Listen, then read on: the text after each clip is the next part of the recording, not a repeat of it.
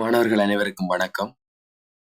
தற்போது நாங்க பார்க்க போறது களுத்துறை கல்வி வலயத்தின் ஒரு பயிற்சி. அதாவது இதுல பாருங்க, இது பரீட்சை அல்ல, பிள்ளைகளின் அடைவு மட்டத்தை பரீட்சிப்பதற்கு மட்டுமானது. பாத்தீங்களா, எல்லாரும் சும்மா ஒரு பேப்பர் எடுத்தா அதை பயிற்சியா தான் செய்து பார்க்கணும். பரீட்சைன்றது உங்களுக்கு ஃபைனல் தான். ஆகவே மாணவர்களே, நாங்க இதை பயிற்சித்து தான் பார்க்க போறோம். அதை விட பாருங்க, இது களுத்துறை கல்வி வலயம். நான் முதலே சொன்னான், எங்களோட சேனல்ல இலங்கையின் எல்லா பகுதியிலும் இருக்கிற பேப்பரையும் எடுத்து செய்து பார்க்க போறோம். ஏனென்றா அப்பதான் தெரியும். ஏனென்றா எக்ஸாம் வைக்கிறது இலங்கை முழுவதும் வைக்க ஒவ்வொரு பிள்ளையும் செய்யக்கூடிய மாதிரி தான் பேப்பர் வரணும். ஆகவே எல்லா பேப்பரையும் நாங்க எடுத்து செய்து பார்த்தோம்டா, குறிப்பா எல்லா மாவட்ட பேப்பர் அல்லது ஒவ்வொரு மாகாணத்தின் பேப்பர் எடுத்து செய்து பார்த்தோம்டா எங்களுக்கு மிகவும் பிரயோசனமா இருக்கும். அதை விட கேள்விகளை செய்யறது இலகுவாகவும் இருக்கும். நாங்கள் இந்த பேப்பர்ல முதலாவது கேள்வியில இருந்து பார்க்க போறோம். முதலாவது கேள்வி வழக்கம் போல, கீழே தரப்பட்டுள்ள ஒவ்வொரு உரு வரிசையிலும் சரியாக வகைப்படுத்தப்பட்டுள்ள விடையை தெரிவு செய்க. அப்ப வளமையா இப்படி 2 சோடி ஆக்குறத தந்திருக்கிறோம். அதே போல நாங்க பார்ப்போம். இதுல பாம்பு, இதுல நாய், இதுல பூனை, இதுல பல்லி. உங்களுக்கு பார்த்தோன்னே தெரியுது பாம்பும் பல்லியும் ஊர்வன. அப்ப ஏயும் டியும், அதே மாதிரி பியும் சியும் மற்ற விலங்குகள் இல்ல, கால்கள் 4 கால் விலங்குகள், 4 கால் பிராணிகள். ஆகவே ஏயும் டியும் பியும் சியும் தான் பொருத்தமானது, சரியான சோடிகள் ADBC.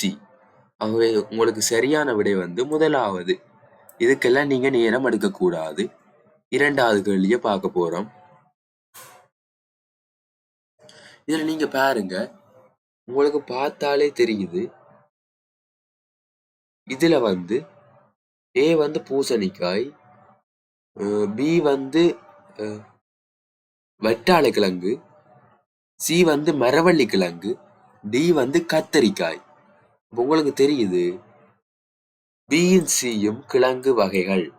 ஆகவே பியும் சியும் ஒரு சோடி, ஏயும் டியும் பூசணிக்காய், கத்தரிக்காய், மற்ற மரக்கறி வகைகள்லாம் அவை. ஆகவே கிழங்கு வகைகளை உண்டாக்குவோம், மற்ற 2 மரக்கறியையும் உண்டாக்குவோம். ADBC.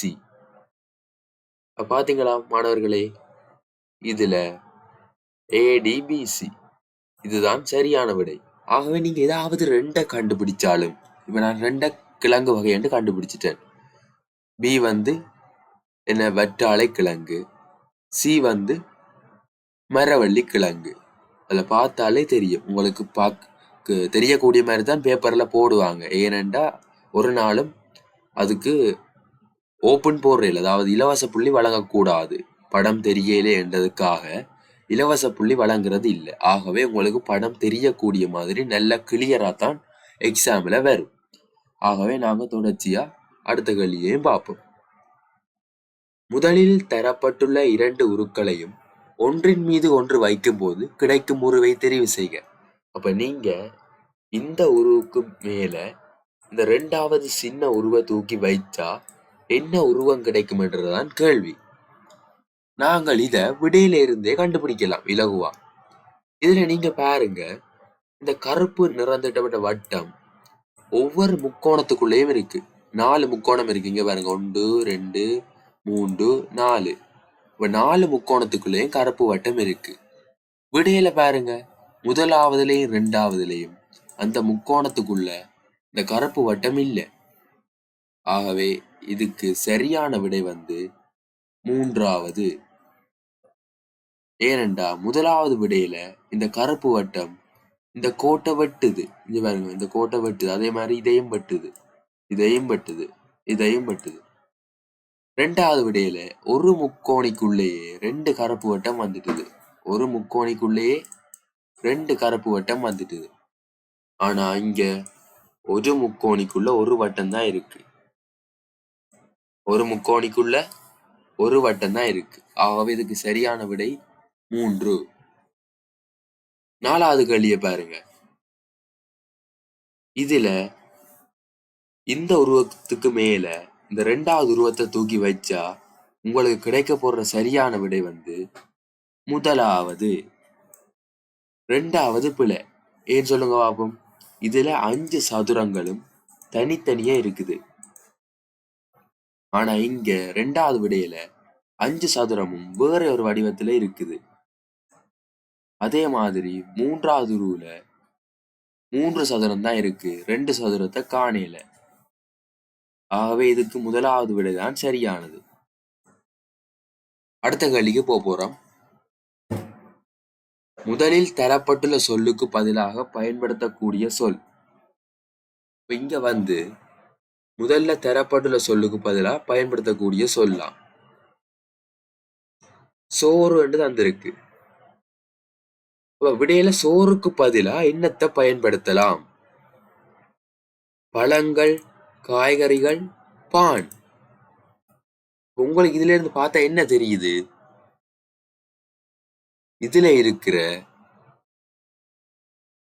சத்து, சோறுல என்ன சத்து இருக்குது? சோறுல என்ன இருக்குது? மாப்பொருள், கார்போஹைட்ரேட்.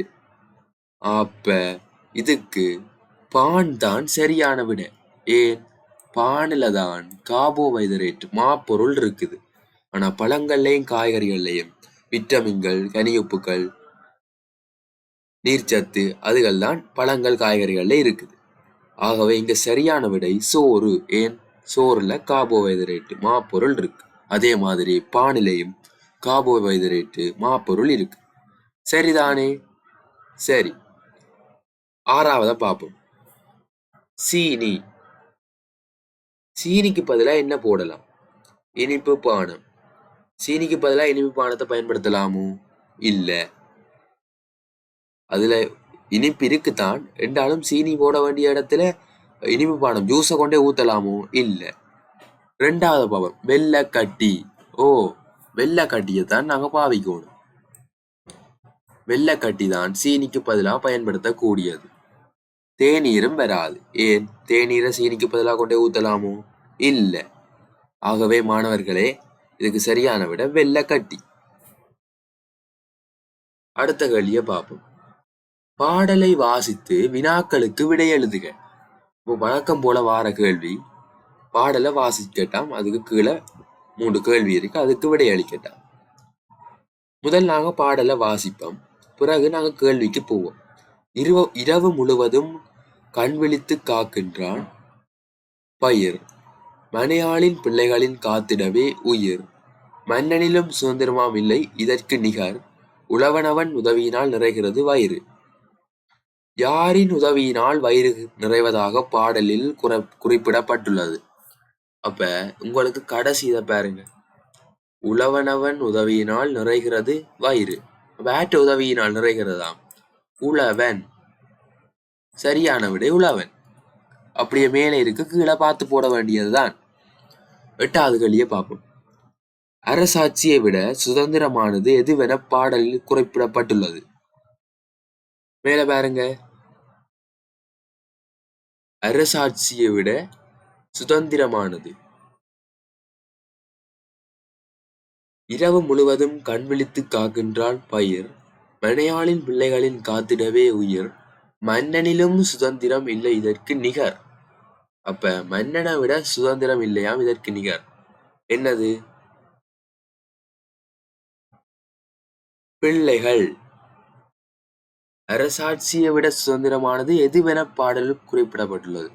இதில் நீங்க பார்க்கணும், இரவு முழுவதும் கண் விழித்து காக்கின்றான் பயிர். பயிரை இரவு முழுவதும் கண் விழித்து காக்கின்றானாம். மனையாளின் பிள்ளைகளின் காத்திடவே உயிர். அதே மாதிரி பிள்ளைகளை பார்க்கறது போல பயிரை காத்து நிற்கின்றானாம். மன்னனிலும் சுதந்திரம் இல்லை இதற்கு நிகர். அப்ப உழவு தொழில்தான் அரசாட்சியை விட சுதந்திரமானது. சரிதானே மாணவர்களே? ஏன்? இது இந்த பாட்டு வந்து உழவு தொழிலையும் உழவனை பற்றி தான் சொல்லுது. சரிதானே? மிகவும் கவனமா இருக்கணும், நேரடி கருத்துக்களை பார்த்து போடக்கூடாது. சரிதானே? உழவன் யாருக்காக இரவு முழுவதும் விழித்திருக்கிறான்? உழவன் யாருக்காக இரவு முழுவதும் விழித்திருக்கிறான்? இரவு முழுவதும் கண் விழித்து காக்கின்றான் பயிர் மனையாளின் பிள்ளைகளில் காத்திடவே. இங்க பாருங்க, மனைவி பிள்ளைகளுக்காக, அவைக்காகத்தான் இரவு முழுவதும் விழித்திருக்கிறான். ஏன்? பயிரை இரவு முழுவதும் பாதுகாத்தால்தான் அவையின் வயிறு உழவனின் உதவியினால் நிறையும். சரிதானே? அரசனுக்காக இல்லை, சுதந்திரத்துக்காகவும் இல்லை. சரிதானே மாணவர்களே? கவனமா நேரடி கருத்துக்களை எழுதக்கூடாது. சில நேரம் நேரடிய முதலாவது கேள்வி கேட்ட மாதிரி யாரின் உதவியினால் வயிறு நிறைவதாக பாடலில் குறிப்பிடப்பட்டுள்ளது என்று கேட்டா நீங்க உழவன் என்று போடலாம். சரிதானே? கவனம். அடுத்த கேள்விக்கு போறோம்.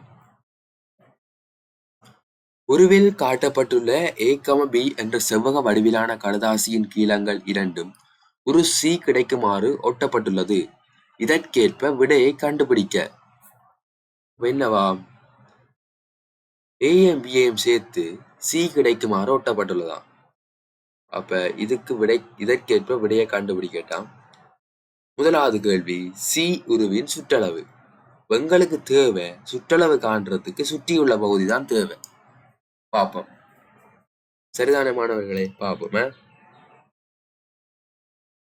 எங்களுக்கு தேவையான பகுதி 1, 2, 3, 4, 5, 6, 7, 8, 9, 10, 11, 12 பகுதி தேவை. சரிதானே மாணவர்களே? 12 பகுதி தேவை. நீங்க பாருங்க, இது 6 சென்டிமீட்டர் 18 சென்டிமீட்டர் இருக்கு. அதே போல இதுக்கும் 6 சென்டிமீட்டர் 18 சென்டிமீட்டர், ரெண்டும் ஒரே மாதிரி. ஆகவே நடுவுல 6 சென்டிமீட்டரை கொண்டு வச்சா, இப்ப பிய தூக்கி ஏக்கு மேல வச்சாலும் இது 6, இது ரெண்டும் சேர்த்து அளவு மொத்தமா இது 18, இது ரெண்டும் சேர்த்து 12. சரிதானே? 12. உங்களுக்கு தெரியுது பாருங்க, இந்த ஒரு துண்டு 6ஆ இருக்குமென்னு நினைக்கிறேன். ஏன் சொல்லுங்க ஆபம்? இந்த 2 மற்ற துண்டும் 12 ஒரு துண்டு எவ்வளவா இருக்கும்? 6ஆத்தான் இருக்கும். சரிதானே? கொஞ்சம் மேல கீழே வைச்சாலும் நீங்க அதை 12 எடுக்கலாம், இல்லாட்டி 6 எடுத்துக்கொள்ளலாம். 6 எடுத்து செய்வோமா நாங்கள்? பார்ப்போம். இப்ப நான் சொன்னபடி ஒரு துண்டு 6. அப்ப எத்தனை துண்டு வந்தது? 1, 2, 3, 4, 5, 6, 7, 8, 9, 10, 11, 12. 12 படி 6, 12, 72 சென்டிமீட்டர் தான் இதுக்கு சரியான விடையா இருக்கு. நீங்கள் விருப்பமண்டா போய் செக் பண்ணி பார்த்து கொள்ளலாம். சரிதானே மாணவர்களே? நீங்க வடிவா போய் செக் பண்ணி பார்க்கலாம், சரியோண்டு பார்ப்போம். சரிதானே? இல்லாட்டி பாருங்க, இது ஒரு சதுரத்தின சுற்றளவு மாதிரி தான் வருகுது. சதுரத்தின சுற்றளவு மாதிரி தான் கிட்டத்தட்ட இது வருகுது. ஆகவே நீங்கள் பயப்பட தேவையில்லை. நான் சொன்ன மாதிரி எத்தனை பக்கம் எண்ணிட்டு 6ஆல பெருக்கலாம். இல்லாட்டி உங்களுக்கு கொஞ்சம் கஷ்டமா இருக்குது, இது செய்ய கொஞ்சம் கஷ்டமா இருக்குதே ரெண்டு யோசிச்சிங்களா, நீங்க அதை வேற மாதிரியும் செய்து கொள்ளலாம். நான் சொல்லித்தரேன் உங்களுக்கு.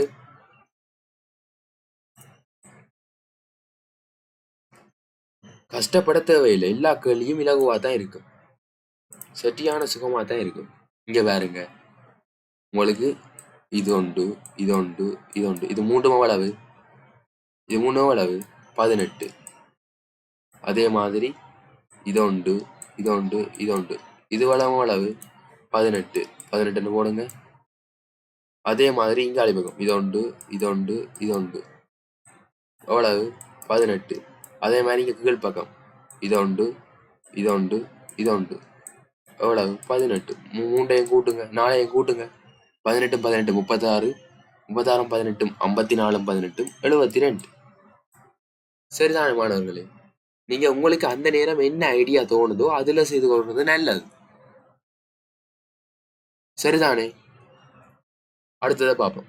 வாகனம் ஒன்றில் 12 லிட்டர் பெட்ரோல் இருந்தது. அதில் 84 கிலோமீட்டர் பயணம் செய்திருப்பின் 20 லிட்டர் பெட்ரோலில் எவ்வளவு தூரம் பயணம் செய்ய முடியும்? இந்த கேள்வியை பாருங்க. வாகனம் ஒன்றுல 12 லிட்டர் பெட்ரோல் இருந்ததா. அப்ப நீங்க முதலாவது ஒரு வசனம் மாதிரி எழுதுங்க. 12 லிட்டர், நான் எல்லண்டு போடுறேன், லிட்டர் எல்லுக்கு குறியீடு. 12 லிட்டர்ல 84 கிலோமீட்டர். அப்ப 20 லிட்டர் பெட்ரோல்ல எவ்வளவு தூரம் பயணம் செய்ய முடியும் என்று கேட்டிருக்கு. உங்களுக்கு 12 லிட்டர் தெரியும். இதை வச்சுக்கொண்டு எத்தனை லிட்டர் காணலாம்? ஒரு லிட்டர்ல பயணம் செய்யக்கூடியதை காணலாம். 12 லிட்டர்ல 84 போனா 1 லிட்டர்ல 84 12ஆல பிரிக்கணும். பிரிச்சா 7 கிலோமீட்டர். சரிதானே மாணவர்களே? இதுல முக்கியமான விடயம்னு சொல்றேன், கவனிக்கணும். உங்களுக்கு பலதை தந்து ஒண்ட கேட்டா பிரிக்கணும், ஒண்ட தந்து பலதை கேட்டா பெருக்கணும். கவனம். இங்க பாருங்க, உங்களுக்கு முட்டை கணக்கு மாதிரி சொல்றேன். 5 முட்டை 20 ரூபா. உங்களை 10 முட்டை எவ்வளோன்னு கேட்டு கிடக்கு. சரிதானே? அப்ப நீங்க ஒரு முட்டையின விலையை காணுங்க. என்ன செய்வீங்க? ஒரு முட்டையின விலையை காண 5 முட்டை 20 ரூபாண்டா ஒரு முட்டையின விலையை காண 20 5ஆல பிரிப்பீங்க. ஒரு முட்டை 4 ரூபா. பிறகு 10 முட்டையின விலை கேட்டு கிடக்கு. ஒரு முட்டையின விலை 4 ரூபான்னு தெரியும். ஆகவே 4ஆல 10 பிரிக்கினா 40 ரூபா. சரிதானே மாணவர்களே? அதே மாதிரிதான் இந்த கணக்கு. இப்ப எங்களுக்கு தெரியும் 1 லிட்டர் பெட்ரோல்ல 7 கிலோமீட்டர் பயணம் செய்யுமா. இப்ப கேட்ட கேள்வி 20 லிட்டர்ல. அப்ப என்ன செய்வோம்? 1 லிட்டர்ல 7 கிலோமீட்டர். அப்ப 20 லிட்டர்ல 20ஆல 7 பெருக்குவோம். பெருக்கினா 140 கிலோமீட்டர். கவனமானவர்களே, முதலாவது ஒரு வசனம் மாதிரி ஒரு ஐடியான்னு எடுக்கணும். 12 லிட்டர்ல 84 கிலோமீட்டரா. உங்களை கேட்டது 20 லிட்டர். என்னன்னு காண்றது? நாங்க பேசாம 1 லிட்டருக்கு கண்டுவிட்டோம்டா 20 லிட்டருக்கு காணலாம். எந்த ஒரு கணக்கு எடுத்தாலும் நீங்க ஒற்றை அலகு கண்டு பலதுக்கு காண்றது மிகவும் இலகு. அப்படியே வச்சு செய்ய போய்க்க அது கொஞ்சம் பெரிய வேலையாகும், உங்களுக்கு கஷ்டமாகவும் போடும். ஒரு நாளும் நீங்க கஷ்டப்படக்கூடாது, கணக்கை கஷ்டப்படுத்தக்கூடாது. நீங்கள் கணக்கை இலகுவா செய்யணும், சுகமாக்கணும். ஒழிய நல்ல இறுகி கஷ்டமாகி போடாதீங்க ஒரு நாள் கணக்கை யோசிச்சு. சரிதானே மாணவர்களே? மிகவும் முக்கியமானது. தொடர்ச்சியா நான் இந்த பேப்பரை செய்து வீடியோவாக தான் அப்லோட் பண்ண போறேன். ஏனென்றா நீங்க தொடர்ச்சியா பார்க்கல உங்களுக்கு இது தொடர்ச்சியா செய்யறது சரி இருக்காது. ஏனென்றா அந்த விளங்கப்படுத்தி கொண்டு போறேன். நீங்க செய்யக்க சரியா இருக்கும். நான் விளங்கப்படுத்தி கொண்டு போறபடியா ஒரு வீடியோ கொஞ்சம் நிமிஷம் தான் இருக்கணும். அதால நான் ஒவ்வொரு வீடியோ பாட்பாட்டா போடுவேன். அடுத்த வீடியோவில் மிச்சத்தை பார்த்து கொள்ளுங்க. சரிதானே மாணவர்களே? நன்றி. மறக்காம சேனலை சப்ஸ்கிரைப் பண்ணுங்க. அதை விட உங்களோட நண்பர்களுக்கு தெரிஞ்சவர்களுக்கு இதை ஷேர் பண்ணி கொள்ளுங்க. அவையும் மார்க்ஸை கூட எடுக்கட்டும். நன்றி தானே மாணவர்களே? சரி.